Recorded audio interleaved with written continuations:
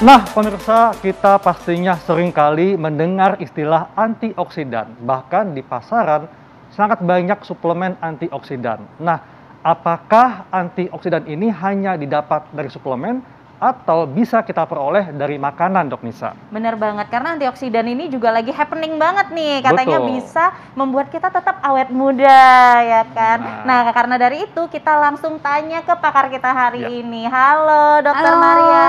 Dok. Halo, Apa Dok Maria. kabar? Dok, bentar dok. Saya ada pantun buat dokter nih. Aduh, bagian juga dok. Tadi aku udah kebagian. Jalan-jalan ke Tanjung Pandan. Jangan lupa minum antioksidan. Ya. Lupa saya. Tunggu. Lanjutkan. Lihat dirimu berdandan, bikin rinduku makin kecanduan. Aduh. Hari ini happy digombalin Dokter Haikal. Boleh, biar happy ya. Oke, dokter. Ini kan orang-orang pada penasaran sebenarnya. Antioksidan itu apa sih? Ada fakta mitosnya nih, Dok. Antioksidan katanya dapat mencegah dan memperbaiki kerusakan sel-sel dalam tubuh. Ini fakta atau mitos? Pastinya ini fakta. Fakta. Dong. Oke, Iya, bagaimana itu, Dok? Jadi gini nih, kita harus tahu dulu mengenai antioksidan. Kenapa namanya antioksidan? Berarti kan ada sesuatu yang dilawan. Berarti bersifat prooksidan gitu ya. Dari mana sumbernya? Kita bernapas, kita tidur, kita beraktivitas, itu tubuh kita terus-menerus akan menghasilkan yang namanya radikal bebas. Radikal bebas ini ada manfaatnya, tapi kalau dia sedikit berlebihan, biasanya tubuh akan mengeluarkan antioksidan supaya dia tidak menjadi berlebihan, supaya tidak terjadi kerusakan di dalam sel-sel tubuh kita. Oleh sebab itu, jangan terlalu khawatir gitu ya. Biasanya kan orang khawatir tuh, apa perlu suplemen atau enggak. Nanti sih kita bisa bahas tentang itu. Hanya saja harus paham dulu antioksidan berarti ada sesuatu yang harus dilawan di dalam badan kita. Tapi bukan pada saat kita takut dengan COVID aja terus kita memikirkan antioksidan, enggak. Tapi sebenarnya harus diikat, yang dilawan itu adalah prooksidan dan radikal bebas, yang mana hal-hal tersebut tetap selalu ada di dalam badan kita. Jadi artinya antioksidan ini semacam prajurit, Dok ya? Iya, Tentara betul. untuk melawan penyerang. Betul sekali, yang selalu ada gitu ya di dalam tubuh kita. Nah, Dok, kan memang di pasaran kita seringkali mendengar suplemen antioksidan. Nah, apakah karena banyak nih fakta mitos yang beredar, Dok ya? Tubuh manusia tidak dapat memproduksi antioksidan alami. Fakta atau mitos, Dok? Ini mitos dong, mitos banget. Jadi jangan khawatir. Tuhan itu menciptakan badan kita, wow banget gitu ya. Jadi ada radikal bebas yang muncul, kemudian ada juga akan antioksidan dibentuk oleh tubuh kita. Jadi istilahnya dari endogen. Jadi tubuh itu pintar sekali membentuk segala sesuatu yang meng-counteract. Jadi menghadapi saling ini nih, saling melengkapi. Kalau ada yang mau rusak dibenerin gitu. Termasuk salah satunya dengan membentuk antioksidan alami di dalam badan kita. Makanya supaya antioksidan alaminya ini bagus, ya tadi makanannya harus dijaga. Kalau enggak ya kekurangan deh antioksidan. Ngomong-ngomong soal makanan nih, Dok. Di depan kita kan udah berbagai macam makanan, termasuk makanan kesukaan saya nih, Coklat, Dok. ya? Coklat. Ada juga ini buah beri, Dok ya? Ya, betul sekali. Beri, ya. Ada kacang mede, ada almond ya, Dok ya. Nah ini aku mau bahas yang makanan kesukaan aku dulu, Dok. Ini kan coklat, kayaknya ini sih dark coklat ya, Dok. Katanya dark coklat ini mengandung antioksidan yang tinggi. Nah ini gimana nih, Dok? Ya betul banget, tapi dark coklat ya, Dok. Pahit ya? Iya, tapi gini, walaupun milk coklat itu memang tetap ada antioksidan dari coklatnya gitu ya. Hanya saja yang harus kita perhatikan kan tadi, kalau misalnya badan kita hanya mikirin antioksidan ini tidak akan melengkapi apa yang namanya kebutuhan nutrisi. Jadi kalau nutrisi kita yang lain-lain kurang, kita ya udahlah biar dapat antioksidan dari coklat aja gitu ya.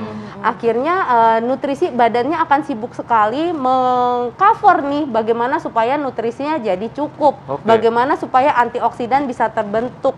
Antioksidannya dapat dari coklat, tapi tubuhnya kekurangan gizi, itu kan juga sesuatu yang tidak diharapkan.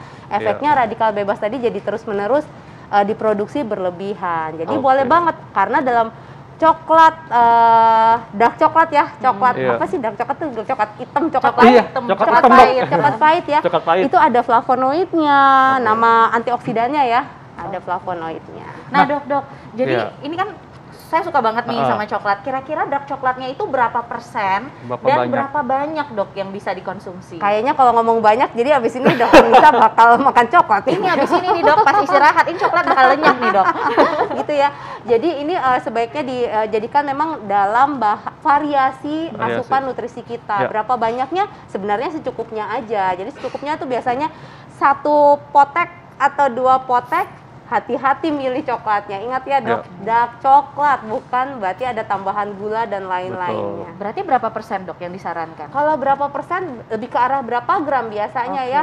Berapa gram, jadi secukupnya aja. Kalau bisa sih jangan lebih dari 100 gram. Betul. Nah dok, selain coklat ada juga nih dok buah-buahan ya seperti mangga, kemudian buah-buah beri, kacang-kacangan. Nah, dari mangga ini zat antioksidan apa dok yang terdapat di dalam mangga, dan apakah mangganya mangga matang atau mangga muda? Kan banyak nih yang suka mangga muda kan? Kalau lagi enak mangga muda ya. Jadi gini, yang harus dipahami bahwa antioksidan itu juga bisa kita dapatkan dari vitamin-vitamin yang akrab di kuping kita. Jadi vitamin C, vitamin E, vitamin A ya. Kemudian lagi ada unsur-unsur yang namanya trace element yang kecil-kecil tapi penting banget. Zinc, selenium gitu ya. Ini ada manfaat di badan kita, tetapi juga bisa bersifat antioksidan tadi. Makanya orang biasanya cari karena dokter Nisa tadi bilang bisa awet muda gitu ya. Nah, kalau menandakan buah-buahan yang antioksidannya banyak, itu biasanya mudah aja, nggak usah milih. Oh katanya dokter Haikal makan mangga nih atau makan berries, tapi boleh beraneka buah dan sayur yang warnanya macam-macam. Warna-warni, kuning, merah, kemudian ungu gitu ya. Jadi ungu pun kita bisa dapatkan dari berries. Ini apa? Blueberries ya.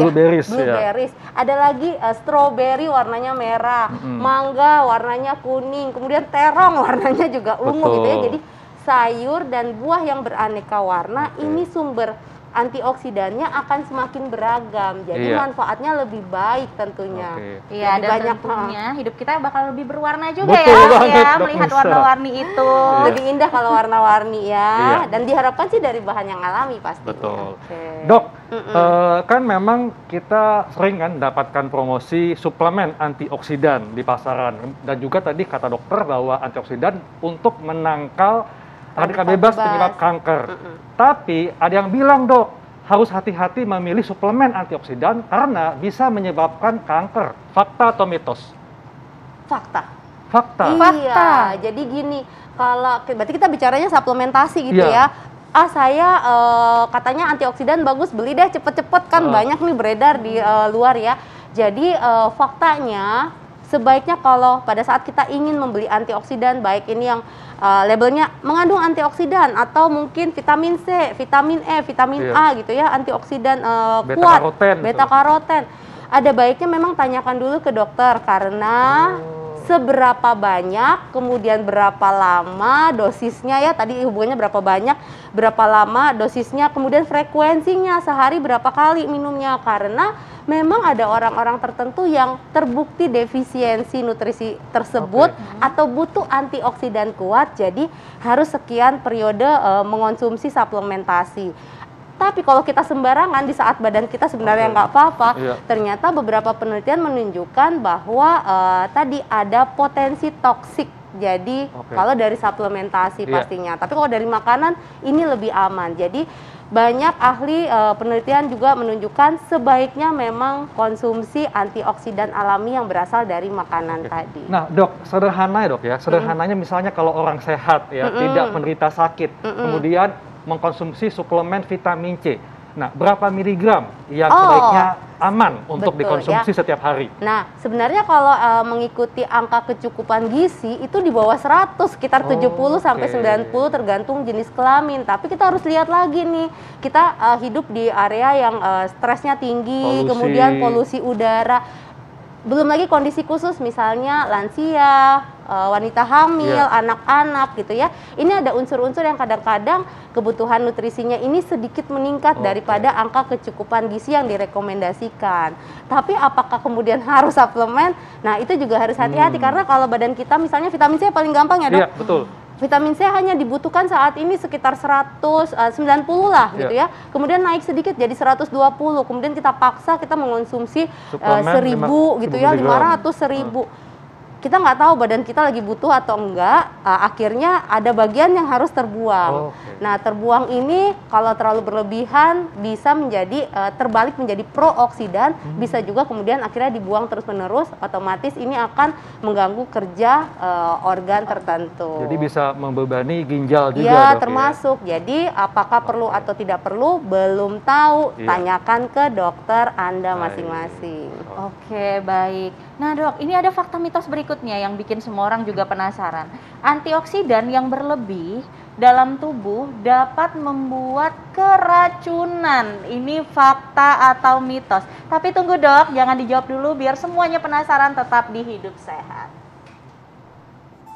Aduh, Dok Haikal, mataku seger deh. Sebenarnya seger karena pagi-pagi tadi mandi. Ya kan? Gitu. Nah, kalau Dokter Haikal sendiri mandinya jam berapa aja nih? Kalau saya mandi itu pagi sama malam menjelang tidur. Oke, itu emang waktu yang paling oke ya, Dok ya. Kalau Dok Maria? Saya mandi saat terasa kotor. Oh gitu. Ini dipertanyakan nih berapa kali nih. Dan efisien. Ya kan habis olahraga gitu ya, habis gitu. dari luar masuk rumah. Oke. Nah, mumpung nih masih ada Dok Maria, kita harus tahu ya. Jadi ternyata antioksidan itu tidak hanya bersumber dari makanan. Ada juga dari minuman. Dan kita akan lihat minuman-minuman antioksidan ala Hidup Sehat. Iya, itulah dia minuman-minuman yang kaya akan antioksidan, Dokter Haikal. Termasuk kopi. Saya tuh suka banget kopi, Dok. Kopi Tapi yang saya suka itu kopi manis dan itu kopi pahit ya. Padahal kalau kopi pahit ya itu tidak sepahit hidup loh.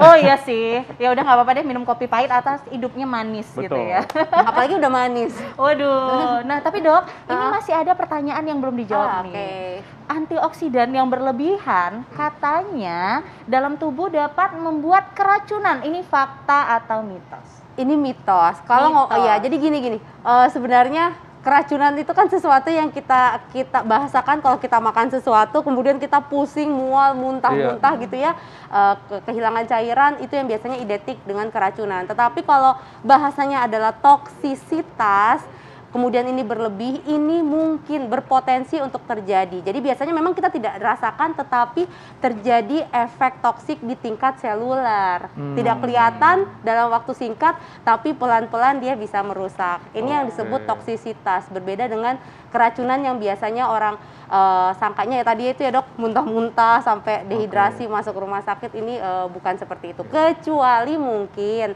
ada bahan makanan yang memang itu tinggi antioksidan, kemudian bahan itu basi, rusak, masuk ke perut jadi sakit perut, ya ini jadinya keracunan seperti halnya kita makan makanan yang rusak lainnya. Jadi efek toksiknya dalam jangka panjang, Dok ya? Ya, untuk tingkat seluler ya, kemudian kalau terus-menerus dalam dosis yang tinggi, jadi tidak seimbang lagi antara sifat antioksidan di dalam sel badan kita sama tadi radikal bebas. Oke. Memang segala sesuatu yang berlebihan itu nggak baik ya, Dok sekali. Ya? Nah, Dokter Haikal. Dok, ini kan pastinya sangat banyak diyakini oleh semua perempuan ya.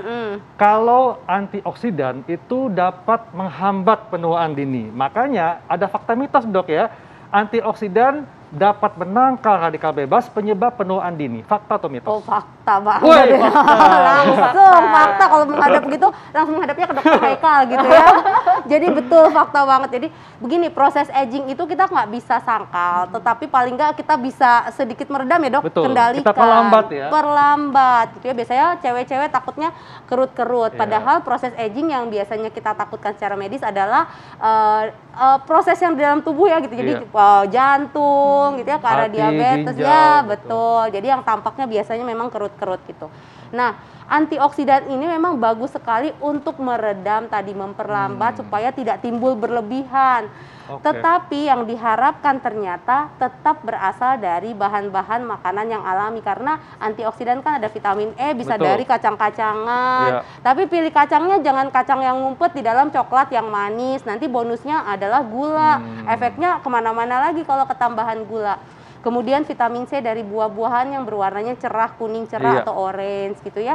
Jadi lebih diharapkan kita menjaga status nutrisi badan kita, kemudian kita lengkapkan dengan bahan-bahan yang antioksidannya kuat.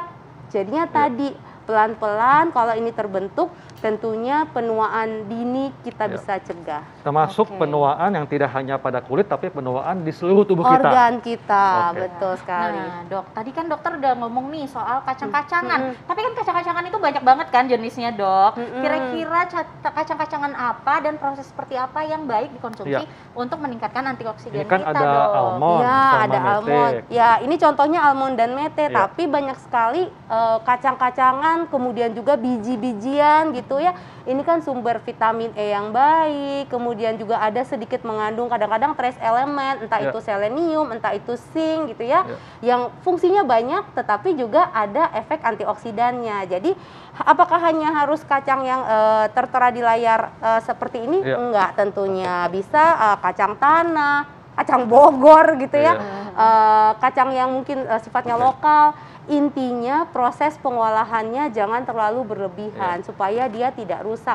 Kemudian juga jangan digoreng, karena kalau digoreng otomatis lemak jenuh akan masuk. Lemak jenuh ini termasuk yang mudah merusak sel. Kalau mudah merusak sel, radikal bebasnya juga nanti makin banyak. Dan malah menambah kalori, Dok, ya. Iya, betul. Nah dalam bentuk seperti apa, Dok, bagusnya dan seberapa banyak nih kalau kita makan kacang-kacangan seperti ini? Nah, kacang-kacangan kan salah satu sumber protein dan serat. Jadi kalau seberapa banyak, biasanya untuk gampangnya kita kalau makan itu 1/4 piring kita berasal dari sumber kacang-kacangan maupun bisa dari serat gitu ya. Jadi setengah piring, 1/4 paling enggak deh, setiap kali makan bisa berasal dari kacang-kacangan atau bisa diganti dari protein yang lain untuk mendapatkan variasi nutrisi yang dibutuhkan tubuh. Jadi ingat, antioksidan penting untuk mencegah, terakhir ya Dok, tadi penuaan yang paling banyak menarik perhatian, tetapi antioksidan bukan satu-satunya solusi untuk mencegah penuaan dini. Karena nutrisi yang baik itu lebih efektif pasti. Iya, harus seimbang, Dok, ya. Iya, betul. Iya. Ya, Dok, ini ada juga yang terakhir, Dok, ya. Untuk usia di atas 40 tahun memerlukan antioksidan yang lebih tinggi. Fakta atau mitos, Dok? Oh, fakta. Jadi hati-hati, bukan hanya usia juga.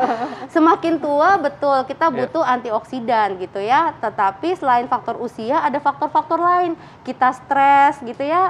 Kemudian beban pekerjaan. Nanti kalau dibilang beban pekerjaan jadi banyak, orang nggak mau kerja gitu ya. Bukan seperti itu, tetapi bagaimana cara manajemen stres, kemudian olahraga yang cukup aja gitu ya, tidak terlalu sedikit tetapi juga tidak terlalu berlebihan, cocok untuk tubuh masing-masing aja. Kemudian istirahat yang cukup, mengendalikan kadar tensi dan lain-lain. Kondisi-kondisi seperti itu yang kadang-kadang menimbulkan kebutuhan antioksidannya jadi lebih meningkat, termasuk ibu hamil dan menyusui. Jadi yang mesti dipahami adalah antioksidan memang dibutuhkan tubuh, namun lebih baik kita mendapatkannya dari makanan, Dok, ya. Buah-buahan, sayuran, dan bahkan juga ada di daging, Dok, ya. Kopi dan teh juga termasuk tadi. Ya. Kalau di daging, Dok, kayak daging merah tanpa lemak atau tanpa ikan? lemak kita kan bisa dapat trace elemen ya, tetapi itu mungkin bukan sumber antioksidan yang baik. Tetap mengandung antioksidan tetapi bukan sumber yang baik. Nah, Dok, ini yang terakhir nih, tipsnya supaya masyarakat mendapatkan manfaatnya, Dok, dan mengetahui cara mendapatkannya, sumbernya. Nah, gimana nih, Dok, tipsnya? Nah, buat Anda yang tertarik sekali dengan antioksidan, prinsip pertama, penuhi makanan yang gizi seimbangnya. Kemudian dari sini, pilih bahan-bahan makanan yang bervariasi, khusus untuk sayur dan buah, pilih jenisnya yang segar dan warna-warni.